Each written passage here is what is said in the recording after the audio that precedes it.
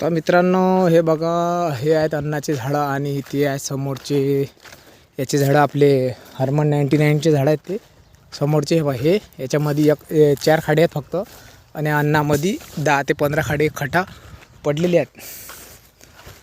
ताम पाहू शकता, नळी पण इकडच्या तिकडचे झालेले आहेत.